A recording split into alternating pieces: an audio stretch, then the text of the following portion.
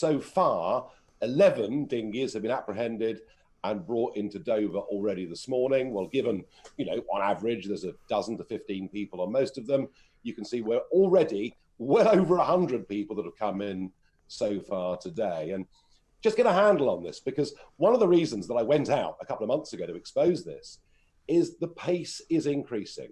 In 2018, 300 people came via that route. In 2019, just under 2,000 came via that route. We are on course, Mike, this year for 7,500. And what I was trying to do was to alert people to it. Yes, and incredibly, Nigel, you have alerted everybody to it, and yet, aside from talk radio, hardly anybody else is paying any attention to it. Yeah, well, I'm afraid there is, across mainstream media, a view that things like illegal immigration can't be discussed, because if you even debate it, a finger will get pointed at you and you'll be accused of racism and xenophobia and goodness knows what else. When actually what we're talking about here is, properly controlling our borders, protecting ourselves from importing more COVID-19. And here's the real kicker, over the course of the last month, we have seen 2 horrible murderous attacks carried out by people who have failed asylum seekers. If you haven't got a clue where these young men come from, you're potentially putting yourself in a security difficulty as well. And yet, as you say, mainstream media will not talk about it, which is why the Ofcom report that has come out this morning shows that public trust in the BBC and other organisations is literally collapsing. Yes, and it's hardly surprising. I mean, I've said this many times this year. I never thought I would be so ashamed of my media colleagues as I now find myself to be, because it quite frankly is appalling, the way that stories are reported, the way that stories are not reported, and the way that language is used to kind of pretend that something is happening when it clearly isn't. Yeah, I mean, Priti Patel keeps making tough statements. If any of your listeners choose to write to the Home Office to ask for an explanation of what's going on the channel, they will get the sort of bog standard reply that we are working in close cooperation with the French authorities, that we do actually deport people. It just is nonsensical. And I kind of wonder, because I know that Priti Patel herself would like to get tough on this. I just feel that she's part of a Conservative government and cabinet that aren't really very conservative and don't have the will to do anything about it. Remember, Australia faced this 10 years ago. Australia ended the problem. But it's not just, I think, the vast majority of people who hear about these, and when I say young men, bear in mind that over 80% of those that are coming in through Dover are young males between the ages of 18 and 26, coming from all over the world. In many cases, they have no documentation, so it's difficult for us to know really who they actually are.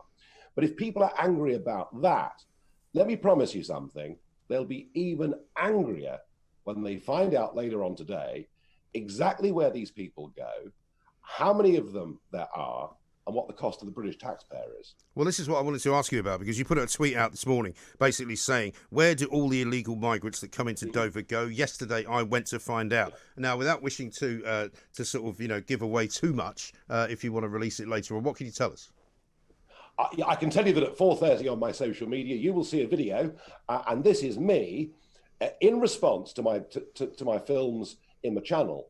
A lot of members of the public emailed in to say, something really fun is happening to our local hotel. It appears to be full. And one of the reports I got was from Bromsgrove in Worcestershire, in the West Midlands. And I was told that the Hilton Hotel Bromsgrove was now full with 147 young men. Asylum seekers, illegal migrants, you can choose the phrase which you prefer. So I went up yesterday to Bromsgrove to investigate this. And I walked through the front door and asked whether I could book a room. I was told, no, we're closed. Oh, yeah. I said, but you can't be closed. I can see lots of people milling about. No, we're closed. And if you go onto the website of the Bromsgrove Hilton, you'll find they're booked for the rest of the year. And the reason is that the government have taken over the hotel. They've given the contract to a big company called Serco. And we are now, and just get ready for this, we are now in hotels and private accommodation we are currently housing 48,000 people who have illegally come into the United Kingdom, who are waiting for a very long period of time to have their asylum claims dealt with. Even if their asylum claims are rejected, which in most cases they will be, they still won't be forced to leave the United Kingdom. So we're putting people up in 4-star hotels, giving them food, giving them £40 a week spending money, free healthcare, free dental care. And you know, Mike, the estimated cost of this over the next 10 years and the contracts that have been given out to these big companies, it's 4 billion sterling. All right. I mean, that is a vast sum of money. And that estimate was made before the increase in numbers that are coming in this year. So it's going to be even bigger than that. And that's extraordinary. You know, that is absolutely extraordinary, Nigel. I'm not quite sure. It is extraordinary. I think I'm going to ask you to repeat the numbers again, because I think people are going to be listening to this going, actually, I can't believe my ears. 48,000 people.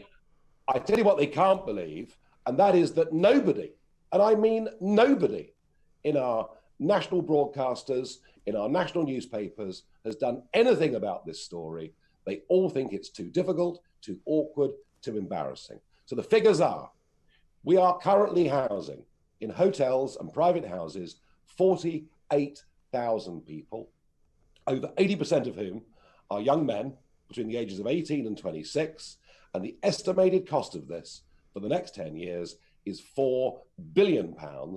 And that is an underestimate. And of course, you know, the other side of this story, and it was revealed a little bit, I think, in Leicester the other week and with some of the fruit picking farms, is that once they get rejected, because they're not refugees, they're not, you know, under the 1951, you know, Geneva Convention definition of refugees, very few of these people qualify.